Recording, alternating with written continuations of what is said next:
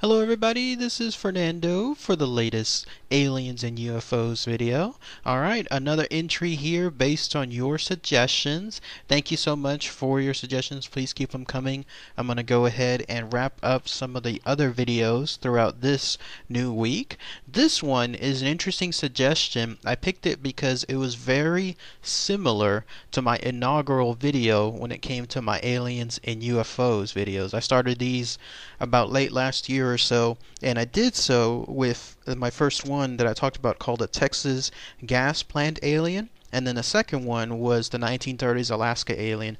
Both of them shared one thing in common, in that there was a photograph, one photograph I guess, of a known alien encounter, and it was in both cases a pretty nice looking photograph. It's kind of hard to see what's in it, but at the same time it's kind of hard to dismiss what it's about. So in other words, it's something that's very compelling. And so when I came across this suggestion, it was the very similar theme. It has to do with an encounter where the person who encountered this creature took one photograph of it, and it has been analyzed and interpreted and studied ever since then, and to this day it's still hard to dismiss what's within the photograph. So I'm glad to share that with you here. And it has to do with an encounter, and it's a very recent one too, in the sense that it's not like, hundreds of years back or so. No, this one has to do with an encounter known as the Ilkley Moor Alien, or in other cases it's known as the Ilkley Moor Alien photograph, which you're looking at here. Now this is the unaltered photograph as is, but you're going to see various versions of other photographs of it throughout the video, some with much more detail, some with interpretations of it, so be on the lookout for that. But here is all the history associated with it. So what was this encounter? Well, it happened again pretty recently, in the sense that it was in the late 1900s, December 1st, 1987 to be exact, and it occurred at a place called Ilkley Moor, which you're looking at a picture of here. Apparently this is a place located in West Yorkshire, United Kingdom. Looks very beautiful. It looks like one of those places that was in that movie Prometheus, of all things, like when it came to its setting and its scenery. And on certain days especially, it's purported that because this is a moor, then there's like a very foggy sense around it. It's about, I think, couple hundred meters or so above sea level, but it seems to still have a bunch of fog in some days, almost like, I guess you call it, like misty like fog, straight from the movie The Mist. So again, this encounter happened to be in 1987, and it occurred with a gentleman, a police officer, who went by the name of Philip Spencer. At the time, then in 1987, he had been on the job for about 4 years, but he moved to this location because he was wishing to move his family closer to his wife's family, and so this location was kind of new to him. But he had heard about some strange things happening in the moor, including reports of strange lights shining across some kind of fog, again the mist that's there, and that these lights could still, even though some cases could be attributed to, let's say, planes that happen to be flying by, in other cases it's just strange lights that could not be dismissed as anything else other than maybe, in this case, at least the popular legend around that area, UFOs. So with all that stuff in his mind, he was there patrolling that area one day, and he decided that he wanted to try to take some pictures, see if he could capture something related to those lights, and if push came to shove and there was no results, then at least he could take some pictures of the moor itself, the location there, because again, it is a pretty beautiful place. And so with that in mind, he took one of his best cameras, and he took with him something called an ASA rated film. Those of you that are photography buffs might have to point out like what that means. Like, is that really top of the line, or is that something else entirely different? But in his mind, it was with the idea that he would try to take the best quality pictures possible, especially considering that because of the fog and in some cases the mist, that there might not be enough light. He wanted to have this film make up for it. So there he was, trudging along early in the morning on his beat. And when he did so, that's when he was taking pictures, trying to get some of the best angles of the exact location there.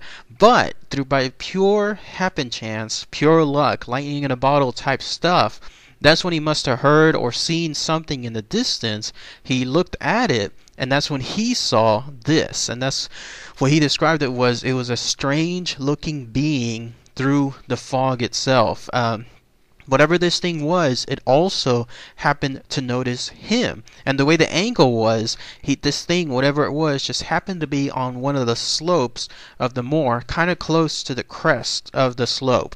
So not too far away, but still within a distance where it could disappear pretty quickly. And disappear it did, because the way that this guy Spencer described it, and again, him being a policeman, not to say that, again, like I mentioned in other videos, that's just automatically the end-all be-all of things, but you would have to consider the case that when it's a policeman, and in a lot of cases, those are, I guess, more verified testimonies than normal citizens, because they have to be in that position to give whatever is essentially that they're stating has to be more honest than others. It's just in their job. They have to have that responsibility.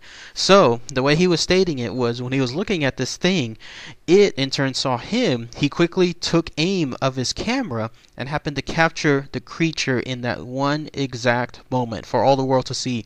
Just that one picture, apparently, because this thing, whatever it was, it waved at him, but not in like a hello type wave. Instead, it was the sense that, and the way I was reading it, like all this was just happening in a matter of seconds. Him finding it looking back at him taking the picture, and then this thing waving back at him. It was waving in a sense for him to stay away.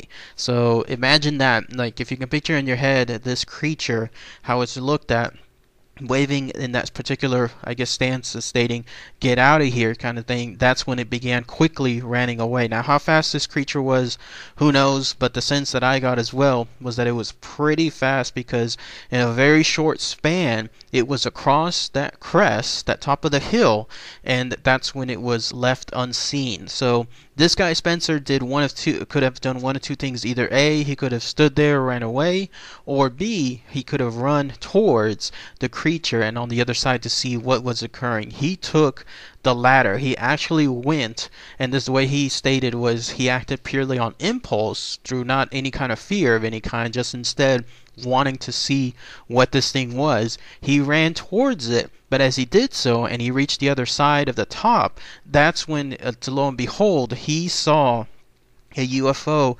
quickly rise up from the moor grounds there on the other side, and very, very quickly just disappear straight up into the sky.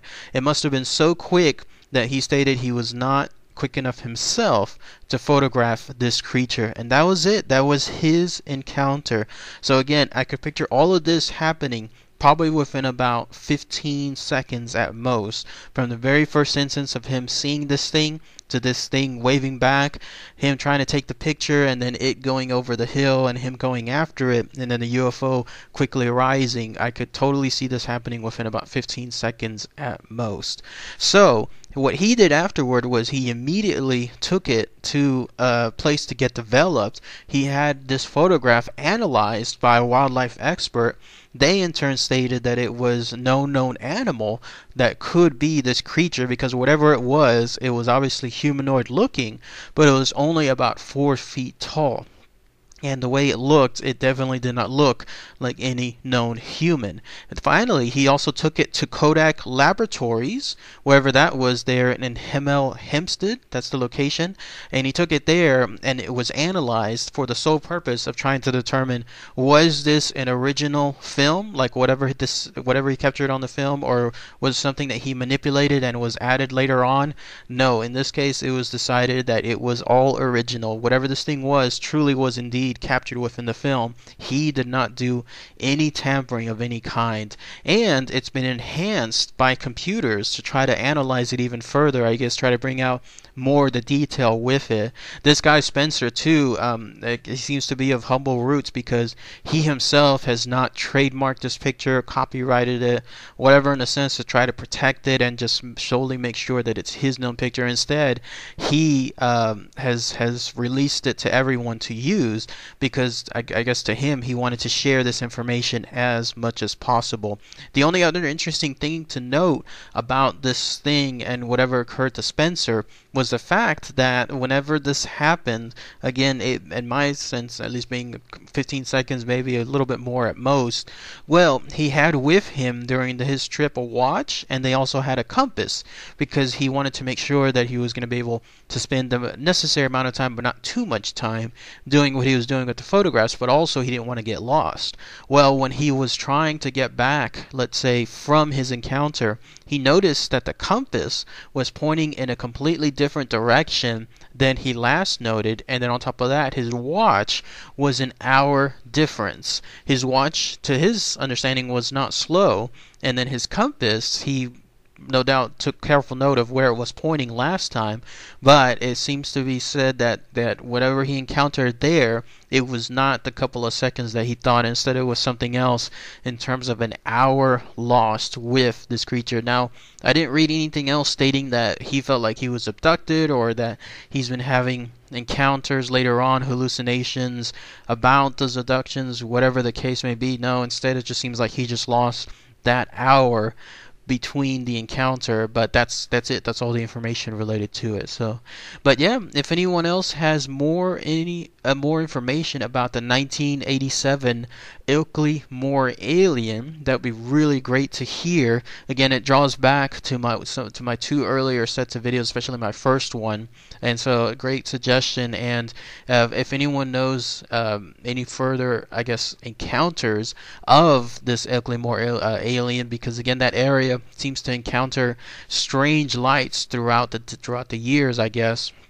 That would be interesting to hear. Whoa, oh yes, one last very thing too.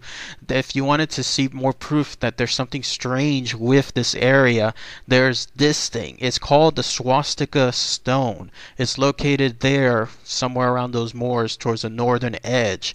And whatever this thing is, whatever has been carved into it, it's a very strange design. No, like it looks like nothing else anybody has ever seen, at least during modern times. I was trying to see how old this thing was, and apparently it's been, I guess, analyzed and dated to like a couple hundred years BC, so that's a way back time period.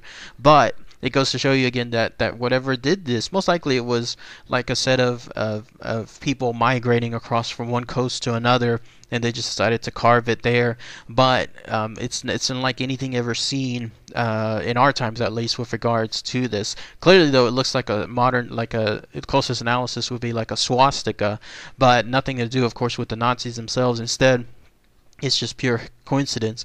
But otherwise, other interpretations have been that it looks something like a boomerang of some sort. But again, that doesn't explain the weird dots surrounding it and the curved design of it as well.